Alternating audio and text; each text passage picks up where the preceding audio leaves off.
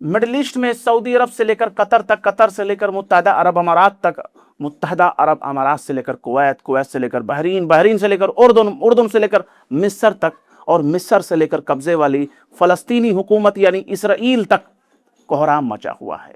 यह कोहराम ईरान की वजह से नहीं मचा हुआ, बल्कि अमेरिका की वजह से मचा हुआ है। दरअसल झुब्बे वालों के वाशिंगटन वाले आका ने ईरान पर एक बड़े हमले का मंसूबा बनाया। कहा कि हम ईरान का सब कुछ तबाह कर देंगे, बर्बाद कर देंगे, ईरान के बुनियादी ढांचे को नेस्तो नाबूद कर देंगे, ईरान के एनर्जी साइट को तबाह कर देंगे, बिजली घर, ऑयल प्लांट, गैस डिपो, सब कुछ तबाह बर्बाद कर देंगे। ईरान पर ऐसा हमला करेंगे, ऐसा हमला करेंगे कि ईरान घुटनों पर आ जाएगा, मिन्नतें करने लगेगा कि बस करो भाई, बस करो, हम पर अब हमला मत करो। पर ट्रंप बाबू का कहना ही था कि अरब देशों में सायरन गूंजने लगा। हर जगह सिक्योरिटी की सख्त हिदायत दे दी गई। अरब से लेकर इसराइल तक हाई अलर्ट जारी कर दिया गया। पर हैरानी की बात यह है कि अमेरिका ने ईरान पर हमले की धमकी दी, न कि अरब और इसराइल पर हमले की धमकी दी। तो फिर अरब से लेकर इसराइल तक इतना कोहराम क्यों मचा हुआ है? इसके पीछे सिर्फ एक वजह है साहब, और वो है ईरान का जवाब। ईरान की एक धमकी से ही अरब के हर देश में बेचैनी छा गई, मुर्दनी छा गई, और सब ने तेहरान फोर घुमाना शुरू कर दिया। और देखते ही देखते वॉशिंगटन को अपना फैसला बदलना पड़ा। ट्रंप बाबू को अपने कदम पीछे हटाने पड़े। ट्रंप बाबू झुकते झुकते इतना झुक गए कि समझ में नहीं आ रहा कि वो कब जमीन पर लेट गए। यानी ईरान की एक धमकी ने सुपर पावर अमेरिका को घुटने पर ला दिया। अमेरिका को अपने कदम पीछे हटाने पड़े। पर साहब, ये हो क्या रहा है? आखिर पूरा माजरा क्या है? जरा इस पर गौर से सुनिए और ढंग से इसे समझ लीजिए।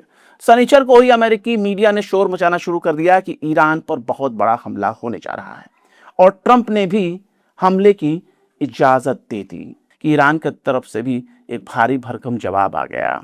ईरान ने बहुत बड़ी धमकी दे दी, और इस धमकी में सिर्फ अमेरिका के लिए वार्निंग नहीं थी, बल्कि तमाम के तमाम एनर्जी साइट, गैस के जखीरों का जिक्र किया गया, जहां ईरान ने जवाबी हमले का इशारा दे दिया। और ये एनर्जी साइट कोई और नहीं था, ये था मिडिल ईस्ट का, ये थे अरब और इसराइल के।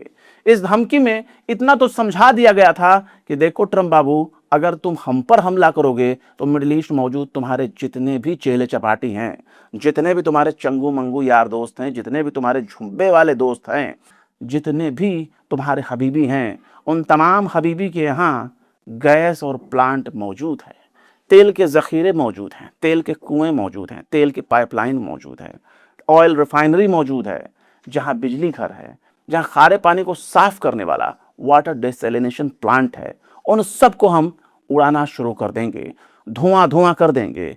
कसम उड़ान छल्ले की। इतनी धमकी को सुनने के बाद तो तेहरान में घंटियां बजने लगी। पाकिस्तान से लेकर सऊदी अरब और तुर्की के विदेश मंत्रियों ने भी ईरान से बातचीत शुरू कर दी।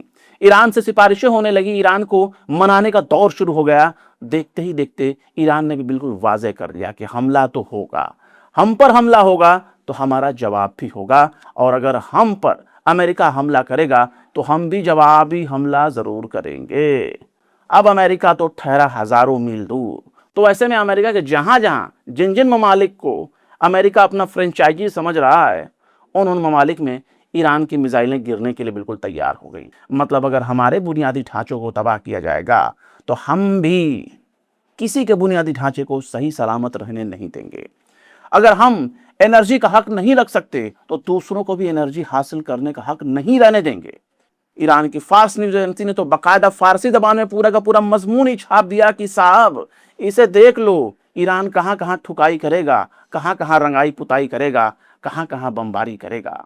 मतलब ईरान को बखूबी मालूम है कि अमेरिका अगर हमला करेगा तो इसराइल को साथ लेकर ही हमला करेगा। लिहाजा ईरान के जवाबी हमले की फहरिस्त में अरब देशों के साथ साथ इसराइल भी शामिल है।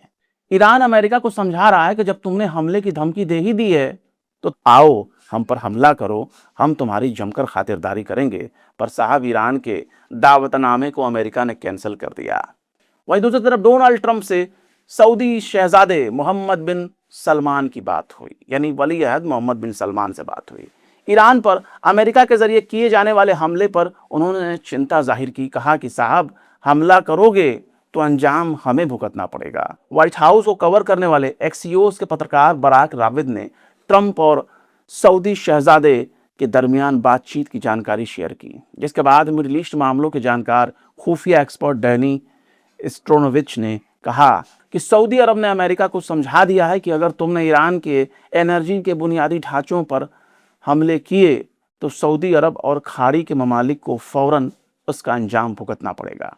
लिहाजा ट्रंप बाबू अब ईरान पर हमला नहीं करेंगे। मतलब खोदा पहाड़ निकली चुईया को भौकाल टाइट किया, दुनिया भर में अपना नाम रोशन किया और फिर दुबक कर बैठ गया।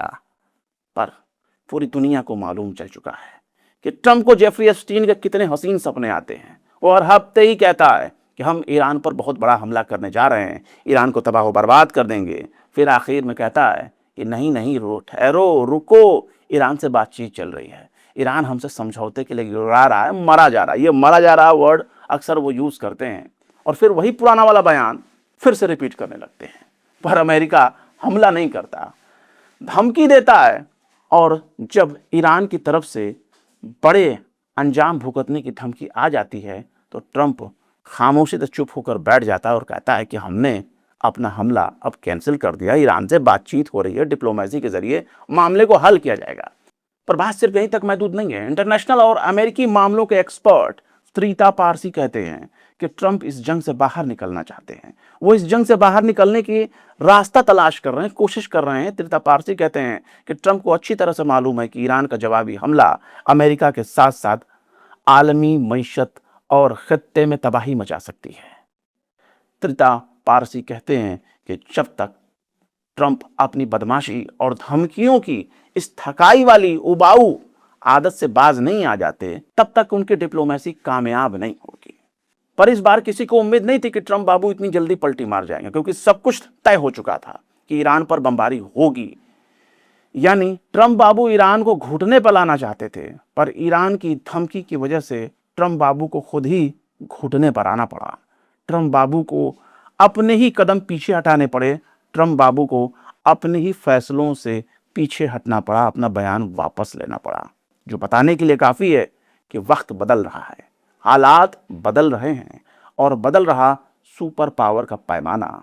और सुपर पावर के पैमाने में अभी तो फिलहाल ईरान ने अपना दबदबा कायम रखा है, जहां से नाम नेहाद सुपर पावर अमेरिका धीरे धीरे अपना पिछला मुकाम खोता जा रहा है। इसे ही कहते हैं समय से बड़ा बलवान कोई नहीं होता, समय सबसे बड़ा बलवान होता है। फिलहाल इस खबर में बस इतना ही। एपिसोड आपको कैसा लगा, समझ में आया हो, पसंद आया हो, अच्छा लगा हो तो लाइक करें, चैनल को सब्सक्राइब करें, और हाँ, सब्सक्राइब करते वक्त नोटिफिकेशन पाने के लिए, नए वीडियो को नोटिफिकेशन पाने के लिए हमारा जो बेल आइकन का बटन है उसे ज़रूर दबा दें, ताकि आपको हमारे चैनल पर आने वाले नए वीडियो की नोटिफिकेशन फ़ौरन ही मिल जाया करे। फिर मिलते हैं किसी और वीडियो में एक नई खबर के साथ। शम्स तबरेज़ को दीजिए इजाज़त। जय हिंद। अगर अभी तक आपने हमारे चैनल टाइम्स मेल को सब्सक्राइब नहीं किया है तो जल्दी से सब्सक्राइब कर दें और बेल आइकन भी प्रेस कर दें।